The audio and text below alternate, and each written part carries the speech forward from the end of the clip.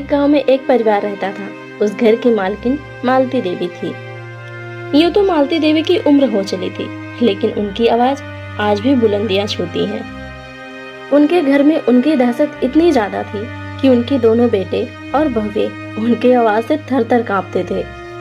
आज भी घर के सारे फैसले मालती देवी ही लेती थी। उनकी मर्जी के बिना मजाल है घर का एक पत्ता भी हिल जाए। मालती देवी के दोनों बेटे, एक का नाम राजू तो दूसरे का नाम रवि था। उनके पास एक फॉर्चून की दुकान थी। दुकान का पूरा हिसाब मालती देवी अपने पास ही रखती थी। अरे भैया, रूही मेरे पीछे ना एक हफ्ते से पड़ी है। वो क्या है ना कि उसे एक साड़ी चाहिए, उसके भाई की शादी होने वाली है। हाँ तो दिला देना, उसमें दिक्कत क्या है? भैया आपको तो पता ही है, माँ सारा हिसाब रखती हैं। साड़ी के लिए पैसे भी तो होने चाहिए। कहते तो ठीक ही रहा है राजू। मैं एक एक पैसे का हिसाब इस कदर रखती हैं कि कोई अपने लिए 1 रुपया भी ना बचा सके। बस हर वक्त उसी बक्से को अपने सीने से चिपकाए रहती हैं। मजाल है कोई उस बक्से की आज तक चाबी भी देखा हो तो। हाँ भैया, आप तो ठीक ही कह रहे हैं। उस बक्से में घर के सारे कागजात और गहने पैसे भी उसी में होंगे, और न जाने क्या क्या चीजें उसमें माँ ने छुपा के रखा होगा। तभी तो माँ को वो बक्सा जान से भी प्यारा है। हाँ भाई, तू सही बोल रहा है। चल अब काफी देर हो चुकी है, अब घर चलना चाहिए। राजू और रवि घर के दरवाजे पर पहुंचे ही नहीं थे कि उनकी माँ के चिल्लाने की आवाज आने लगती है। राजू और रवि दोनों दौड़े दौड़े घर के अंदर जाते हैं। अरे माँ, आप रूही पर इतना क्यों चिल्ला रही हो? आ जा बेटा आ जा, तू भी देख सब्जी में देख कितनी ज्यादा तेल तैर रहे हैं। जब मैं बहू हुआ करती थी ना तो इतनी तेल में मैं पूरे हफ्ते भर की सब्जी बना दिया करती थी। अगर मेरी जगह मेरी सास होती ना तो अब तक पहाड़ खड़ा कर देती। वो तो मैं हूँ जो कुछ नहीं बोलती, लेकिन तुम लोग ना उसी चीज का फायदा उठाते हो। हाँ माना कि तेरे पति के पास फॉर्चून की दुकान है, इसका मतलब ये है कि तू पूरे टीन के डब्बे ही पलट देगी। रूही बिना कुछ बोले वहाँ से मुंह बनाकर चली आती है। रूही के जाने के बाद राजू अपनी माँ से कुछ पैसे मांगता है। पैसे? अब किस बात के पैसे चाहिए तुझे? मैंने तो अभी तुझे पैसा दिया था। अरे माँ, उस बात को महीने गुजर गए हैं और आप उसी पर अटकी हैं। और आप ही बताइए, आप पैसे दी ही कितनी थी? सिर्फ 200 रुपए? माँ आप बताइए ना, 200 में आज के जमाने में क्या होता है?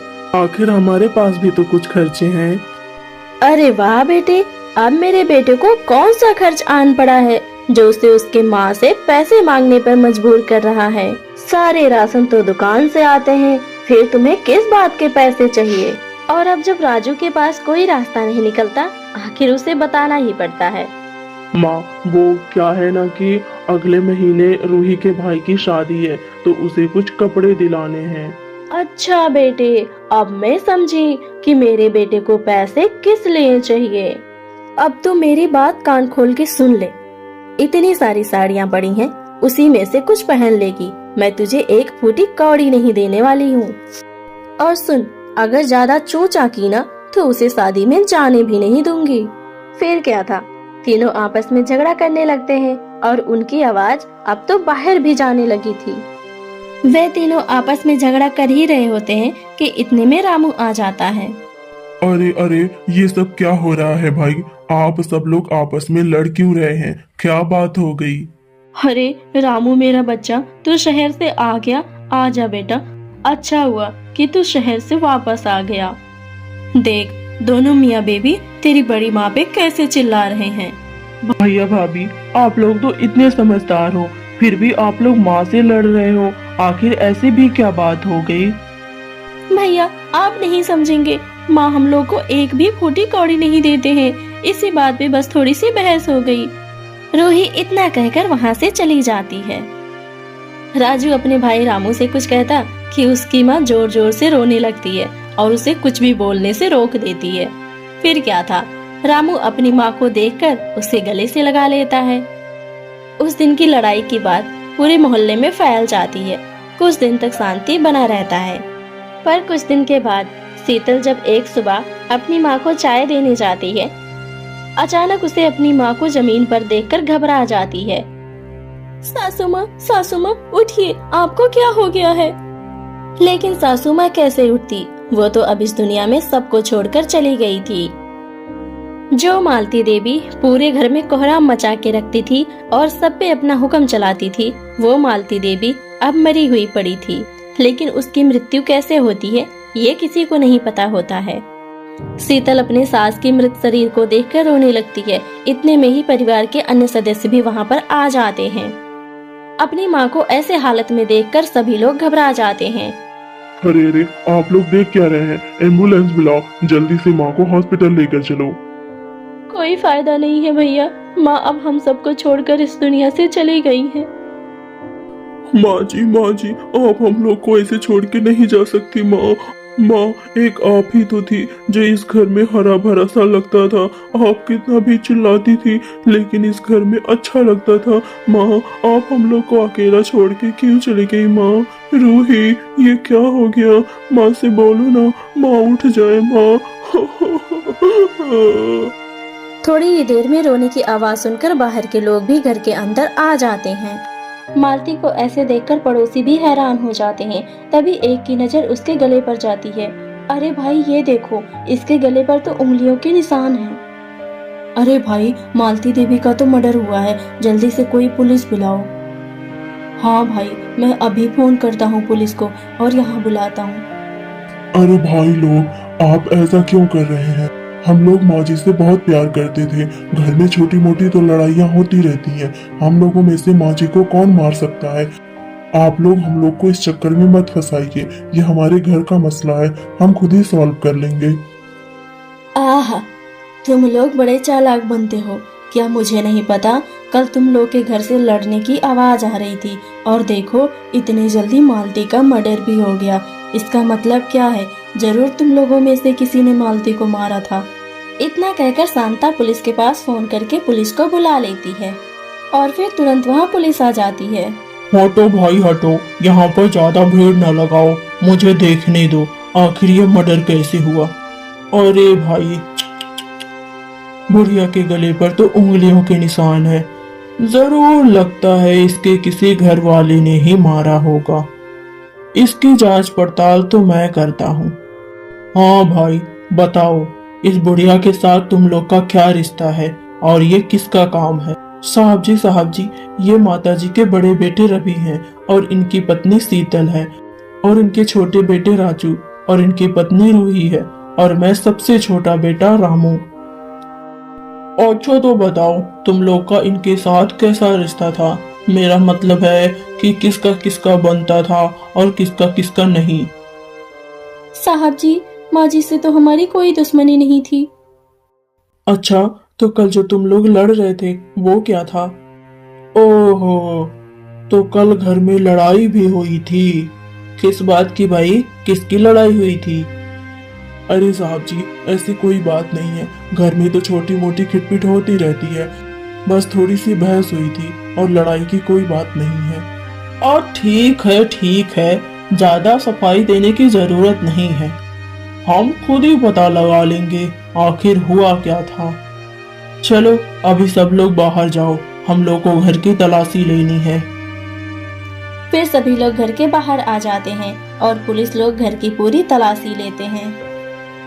पुलिस की तलाशी लेने के बाद उनके पूरे घर में एक खाली बक्सा मिलता है जिसका ताला टूटा हुआ था और साथ ही उन्हें एक नई साड़ी मिलती है जिसमें बिल भी था। बिल में पूरे 5000 का अमाउंट लिखा हुआ था।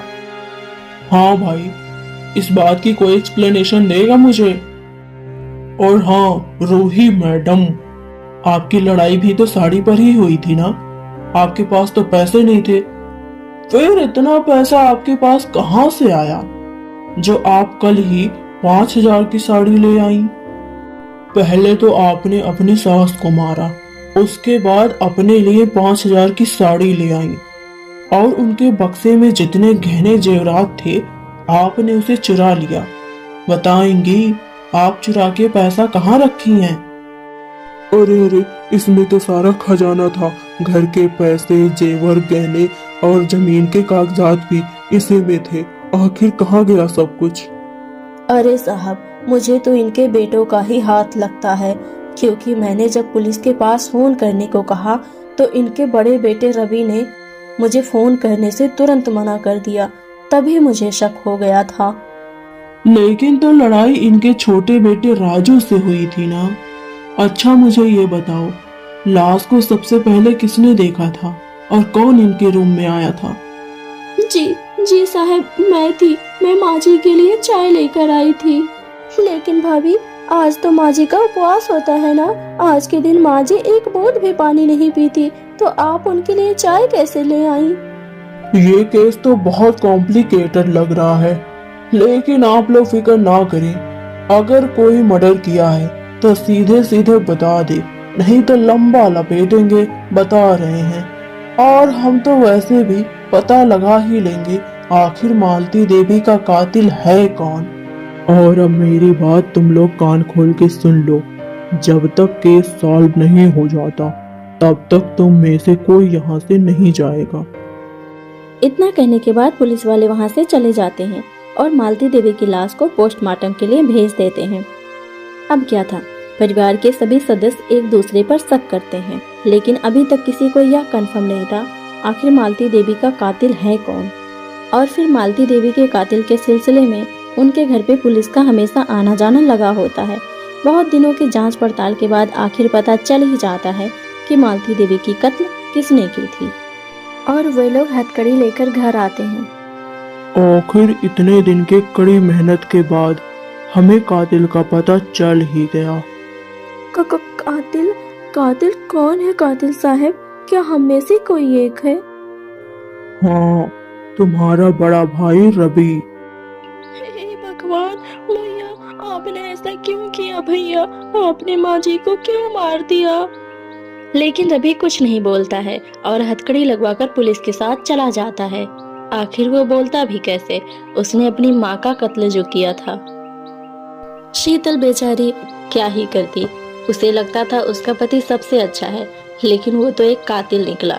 वह सर पकड़कर बैठ जाती है और फिर रोने लगती है। ऐसे ही पूरा दिन मातम का माहौल बना रहता है। शाम के दिन भी सभी लोग एक दूसरे से बिना बात किए उदासी सा चेहरा लेकर बैठे हुए थे। अच्छा भैया भाभी, अब मैं चलता हूँ क्योंकि मुझे लेट भी हो रहा है। ठीक है रामू भैया, आप ध्यान से जाइएगा। रामू जाने ही वाला था, इतने में दो पुलिस उसके सामने आकर खड़े होते हैं। अरे अरे ठहर जा, इतनी भी जल्दी क्या है जाने की? जरा अपनी ये बैग तो दिखा, क्या है इसमें? कुछ नहीं साहब, बस इसमें मेरे कपड़े हैं और कुछ भी नहीं है साहब। रे बावड़े, तुझे बैग दिखाने में क्या परेशानी हो रही है? तू बैग दिखाना। साहब इसमें मेरे कपड़े हैं, आप मेरा कपड़ा देकर क्या करोगे? अरे ज्यादा शाण पत्ती मत कर, अपने बैग दिखा। फिर पुलिस वाले उसका बैग चेक करते हैं और बैग में ढेर सारे पैसे और घर के सारे गहने निकलते हैं। ये सब देखकर राजू, रूही और शीतल सभी लोग हक्के बक्के रह जाते हैं। अरे ये क्या? ये तो माँ जी के गहने हैं और माँ जी के बक्से में रखे हुए पैसे हैं। हाँ भाई, मालती देवी का कातिल कोई और नहीं, उनका सौतेला बेटा रामू ही है। इसने पहले बक्से का ताला तोड़ा, उसके बाद में घर के कागज चुरा लिए और फिर घर को आधे दाम में बेच दिया। बेचने के बाद घर के सारे पैसे और गहने ऊपर पानी टंकी में छुपा दिया और आज सब लेकर फरार हो रहा था। उस दिन हम सब ने इसके हाथ में चोट देखी और मैंने इसके घर का तलाशी भी लिया, लेकिन हम लोग को कुछ खास मिला नहीं। इसलिए हम लोगों ने प्लानिंग बनाई और इन सब में रवि ने भी हमारा पूरा का पूरा साथ दिया, जिससे कि अगर ये फरार हो तो मैं इसे पकड़ सकूं। चलो भाई रामू, तुम्हारा किस्सा खत्म होता है। अब सारे मजे जेल की सलाखों के पीछे करना। और फिर रवि घर वापस आ जाता है। शीतल रवि को देखकर बहुत खुश होती है।